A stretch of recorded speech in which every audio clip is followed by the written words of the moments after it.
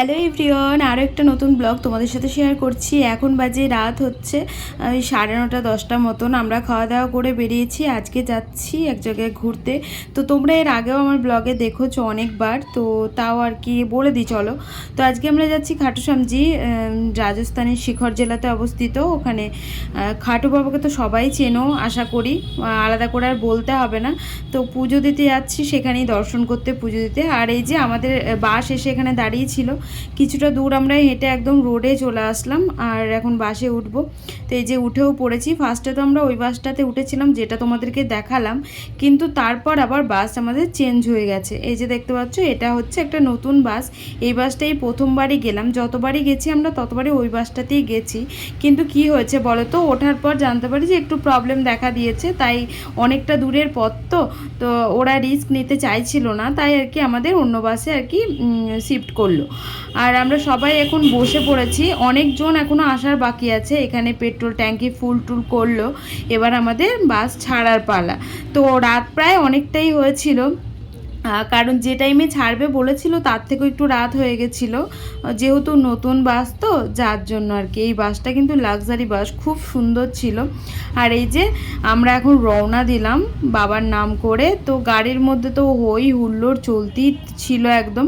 আর এবার না অনেক নতুন নতুন প্যাসেঞ্জার দেখলাম, কারণ প্রত্যেকবার একাদশীর সময়তে না আমরা ওই একই রকম প্যাসেঞ্জার দেখতে পাই। যেমন আমাদের বুক করা থাকে, তো এবার আমরা যাই, তারপর আমাদের সাথে সাথে যারা যারা যায় তারা সবাই যায়। তবে এবার না একটু চেঞ্জ হয়েছে, দুটো বাস ছেড়েছিল, প্রত্যেকবার তাই ছাড়ে। তবে হয়েছে কি, আমরা না যে বাসে যাওয়ার দরকার ছিল সে বাসটা যেতে পারিনি, অন্য একটা বাসে উঠে পড়েছিলাম। মানে দুটো করে ওদেরই আর কি কালেকশনেরই দুটো বাস ছাড়া হয় আর কি। তো আমরা দ্বিতীয় বাসটাতে উঠেছিলাম, আর প্রথম বাসে আমাদের সাথে যারা যারা ওঠে তারা সবাই উঠে পড়েছিল। ওই যে আমরা দ্বিতীয়বার চেঞ্জ করেছি, তো তাই একটু গোলমাল হয়ে গেছিলো, এই হচ্ছে ব্যাপার। তো যাই হোক, এদের সাথেও ভালো বেশ বন্ধুত্ব হয়ে গেছিলো। তারপরেই কিছুক্ষণ পরে আমাদের খাবার দাবার দিয়ে দিয়েছিল, যেমন তোমাদের দেখালাম কচুরি, আর ওদিকে দিয়েছিল হচ্ছে জিলেবি। তো জিলেবিটা খেলাম, আর কচুরি হাফ খেয়ে তারপর রেখে দিলাম। সঞ্জু তো কিছুই খেলো না। আর এদিকে তারপরেই আবার দিয়ে দিয়েছিল আলু ভাজা।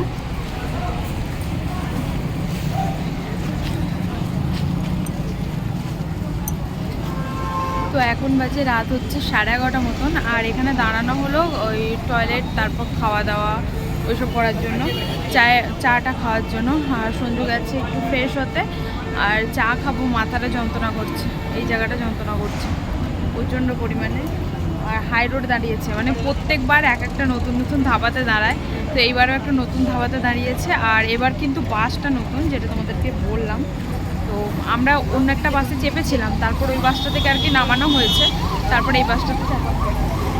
সঞ্জু আমাকে ওদিকে খুঁজে পাবে না, কারণ ও আমাকে বললো দাঁড়াতে, আমি এখানে চলে এলো, ওখানে কথা বলা যাচ্ছে না, তার জন্য।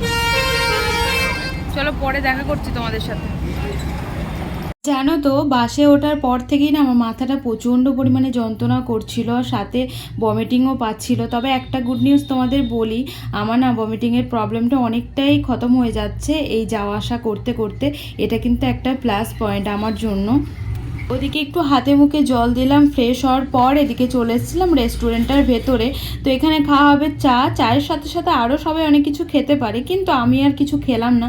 যেহেতু তোমাদেরকে বললাম যে একটু শরীরটা তো খারাপ ছিল, আমার বাসে উঠলেই তো একটুখানি শরীর খারাপ হয়ে যায়, তার জন্য আর কিছু খাইনি, আমি শুধু চাটাই খেয়েছি।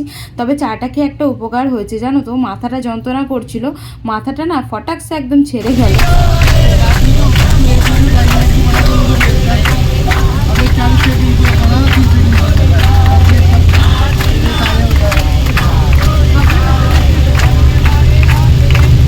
ব্রেক টাইম দেওয়ার পর সবাই যেন এনার্জি একদম হাই লেভেলে উঠে গেছিলো, কারণ এই যে ওর বাসে ওঠার পর থেকেই সবারই গান বাজনা চালু হয়ে গেছিলো। ওদিকে গান বাজছিল, তারপর ওদিকে নাচকোচ হচ্ছিল। আর আগেকার বাসের থেকে এই বাসের প্যাসেঞ্জারগুলো না একটু উৎসাহ বেশি, ওই আমাদের মতনই। আর আমার বেশ ভালোই লাগছিল, কারণ আগেকার বাসে একদম চুপচাপ যাওয়া হতো, আনন্দ করা হতো, কিন্তু এই নাচাকোচাটা হতো না। তবে এই বাসে দেখলাম সবাই নাচ করছিল। আর একটুখানি গাড়ি পার্কিং হবে, তারপর প্রায় চলে এসেছি কাছাকাছি, মানে বাবার এলাকায় ঢুকে গেছি। আগের বার মনে হচ্ছে যেখানে দাঁড় করিয়েছিল ওখানেই দাঁড় করাবে মনে হচ্ছে।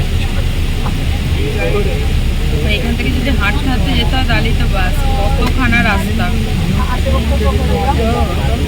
তাই ভাবছি ওখানে যাবো।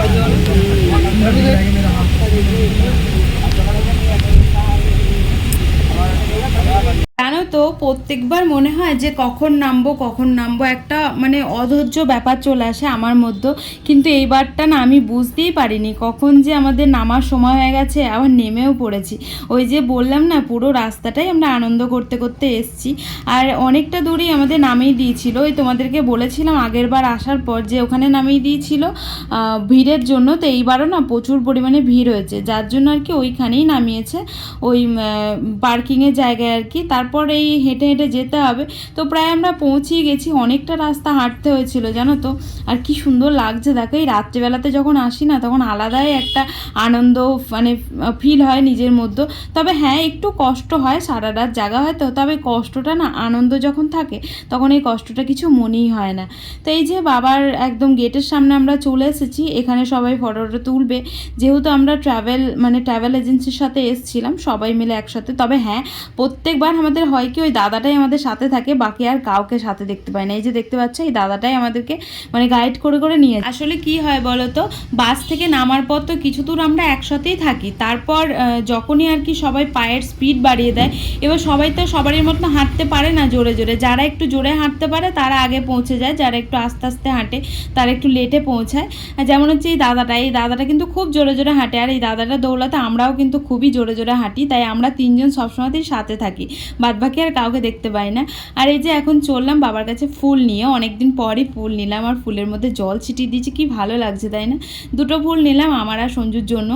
আর এদিকে পাশে পাশে কত দোকান বসেছে, প্রসাদও কিনবো, একটু দূরে গিয়ে কিনবো, এতটা কাছ থেকে আর কিনবো না। এই যে দেখতে পাচ্ছ এখান থেকে আমরা প্রসাদটা নেবো এবার। তো প্রত্যেকবার হয় কি আমরা ওই প্যারাগুলো নিই, তবে এবার সঞ্জুকে বললাম একটু আলাদা রকম নিও, প্রত্যেকবার দেখবে আলাদা রকম প্রসাদ নিলে বেশ ভালো লাগে, একই প্রসাদ কিন্তু ভালো লাগে না। আমরা যেমন একই খাবার প্রত্যেকদিন খেতে পারি না, সেরকমই তো ভগবানও, তাই না বলো, প্রত্যেকবার একই প্রসাদ চড়ালে কি ভালো লাগে। তাই ওকে বলেছিলাম লাড্ডু বা অন্য কিছু নিয়ে নিও, ও নিয়েছিল ওই যে ঘিয়ের লাড্ডুগুলো নিয়েছিল, দেশি ঘিয়ে বানানো। তো চলো নেওয়া হয়ে গেছে, এখন আবারও রওনা দেবো আমরা। আর এই যে দেখতে পাচ্ছ এখানে হয়ে গেছে আমার একটা বিপদ, হ্যাঁ তোমাদেরকে বলি, এই যে এত ভিড় দেখতে পাচ্ছ, এবারটা যেন ভিড়টা একটু বেশি তাই না। আর এই যে ভিড়ের মধ্যে ঢুকে মানে একজনই ওই কোনোই দিয়ে আমার চোখের মধ্যে দুবার গুঁতো দিয়েছে। তো বাঁ চোখটা, যেটা আমার অ্যাকচুয়ালি প্রবলেম দেখা দিয়েছিল কিছু বছর আগে, মানে 1 বছর আগেকার কথা, এই যে দেখতে পাচ্ছি এখানে হয়ে গেছে আমার প্রবলেম। তো এই যে চোখটা ধরে আমি দাঁড়িয়েছিলাম, এত পরিমাণে যন্ত্রণা করছিল কি বলবো তোমাদেরকে, আমি ঠিক মতন তাকাতে সদ্য পাচ্ছিলাম না। তো ভিড়ের মধ্যে তো দেখতে পাইনি যে মানে কে গুঁতোটা দিয়েছে, কিন্তু আমার থেকে অনেকটা লম্বা লোক ছিল। দুবার, একবার হয় ঠিক আছে, দুবার ওই কনুই দিয়ে গুঁতো দিয়েছে, আর নরম জায়গা বুঝতেই পারছো কতটা লাগে।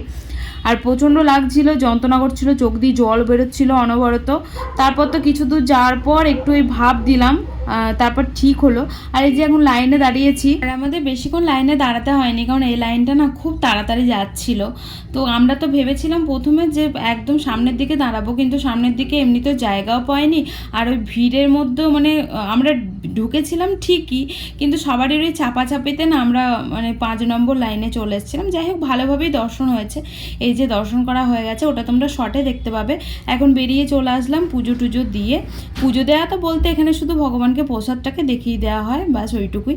তারপর বাইরে এসেই সঞ্জুকে বললাম যে আমি চুড়ি নেবো, কারণ আমার চুড়ি পরতে প্রচণ্ড পরিমাণে ভালো লাগে। আগের বারও ভেবেছিলাম কিন্তু সময় আর সুযোগ হয়নি, তাই নিতে পারিনি, কারণ ওরা খুব তাড়া দিচ্ছিল। তবে এবার তো কোথায় কে চলে গেছিলো কিছু খুঁজেই পাচ্ছিলাম না, যার জন্য আর কি অনেকটা টাইম পেয়েছিলাম। আর এই যে দেখতে পাচ্ছ 2 রকমের চুড়ি নিয়েছি, একটা সবুজ নিয়েছি আর একটা মাল্টি কালার নিয়েছি। আর সঞ্জুকে বললাম পরেই দিতে, তো একটু ছোট ছোট লাগছিল, কিন্তু ছোট হয়নি, আমার হাতে ঠিকই ছিল, ওই একটু ঢোকাতে গিয়ে অসুবিধা হচ্ছিল, বাকি যখন মানে পরে ফেলেছিলাম তখন ঠিকঠাকই লাগছিল।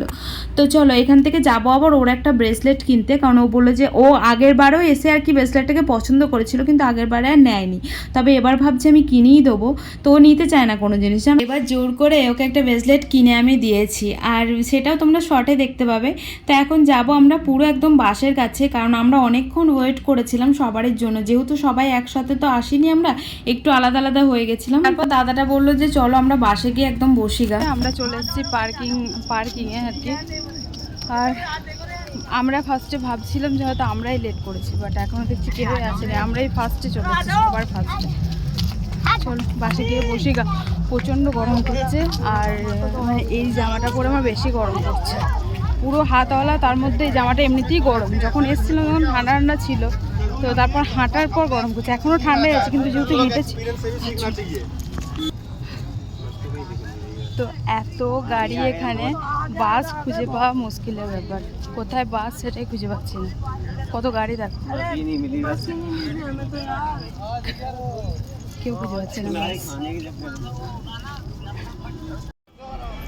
তো আমাদের বাস খুঁজে পাচ্ছি না, লোকেশন এখানেই দেখাচ্ছে, কিন্তু এখানে এত গাড়ি আর এত বাস, মানে নিজেদের বাস খুঁজে পাওয়াটা অসম্ভব একটা ব্যাপার হয়ে দাঁড়িয়েছে, চারিদিকে শুধু গাড়ি আর বাস দেখো, মানে এখানে 4টে না 5টা মাঠ আছে, পুরোটাই এরকম।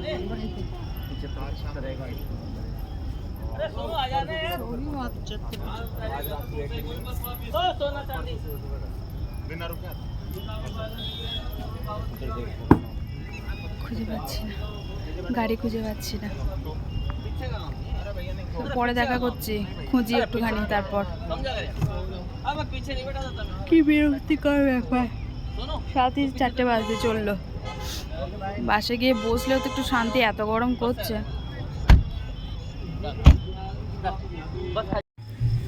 এই মাঠটার মধ্যে 3টে চক্কর লাগানো হলো আমাদের, আশেপাশে এত গাড়ি, তারা কি করে খুঁজে পাবো বলো? পেয়েছে জিজ্ঞেস করো, পায়নি এখনো পর্যন্ত। তো অনেক কটা চক্কর লাগানো হলো, আর পাচ্ছি না।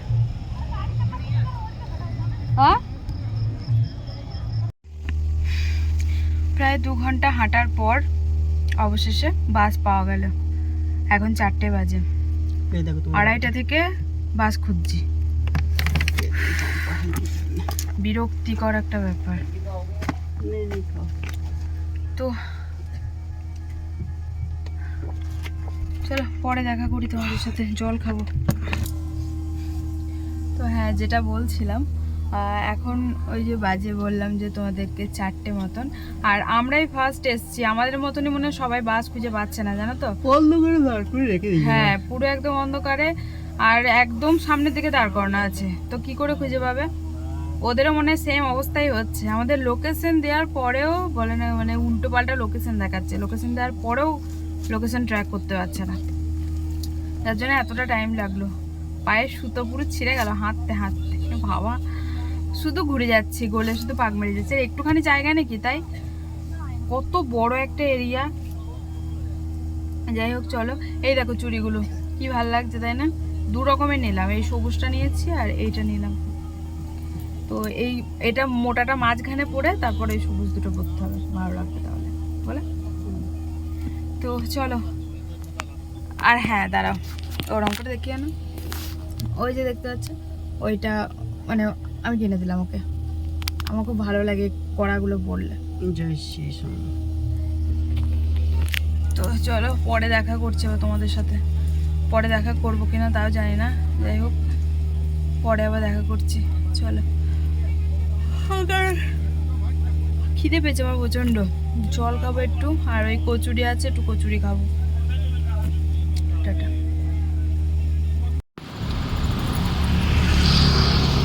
Good morning.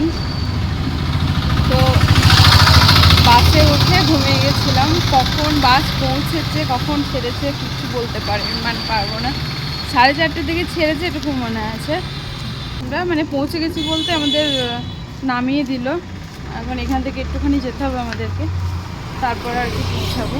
তো এখন 6:30 মতন বাজবে মনে হয়, ওরকমই বাজে। সঞ্জু একটু ঘুমিয়েছে, আমিও ঘুমিয়েছি। তো চলো বাড়ি গিয়ে আবার দেখা করছি তোমাদের সাথে।